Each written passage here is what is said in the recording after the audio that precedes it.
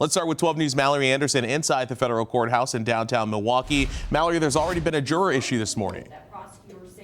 Yeah, Jaron, right as we were walking into court today, Judge Lynn Edelman announced that one of the jurors has called out sick, which means that 12-person jury with 2 alternates is now down to a single alternate, which could prove troublesome considering it's flu and cold season right now.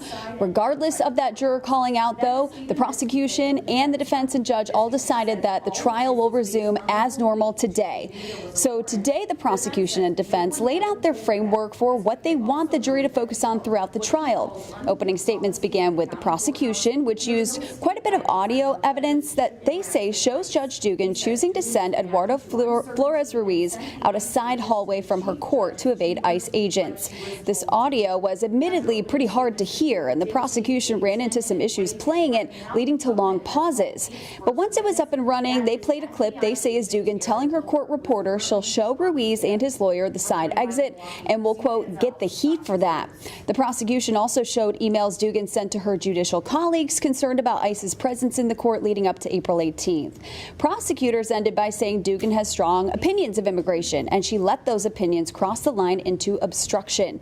The defense pushed back, showing the side door Ruiz exited from is only steps away from the main entrance and exit to Dugan's courtroom.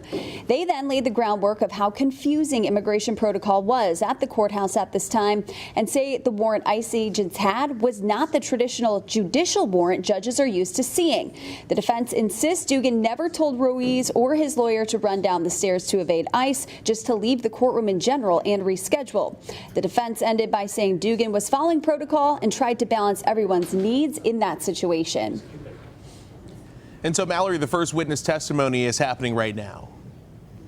Yeah, Jaron, just as we were about to start this newscast, that first witness was taking the testimony. It was a special agent with the FBI who was assigned to investigate Dugan. That person may be on the stand still right now. If you'd like to follow along live, you can do so on WISN.com. That's where all of the reporters in the courtroom will be updating as things happen. All right, we know because this is a federal trial, there's no cameras, no audio allowed inside the courtroom. So following along with those updates on the 12 News app and WISN.com, the best way to stay on top of everything happening there inside the courtroom. Mallory Anderson reporting live at the federal courthouse in downtown Milwaukee.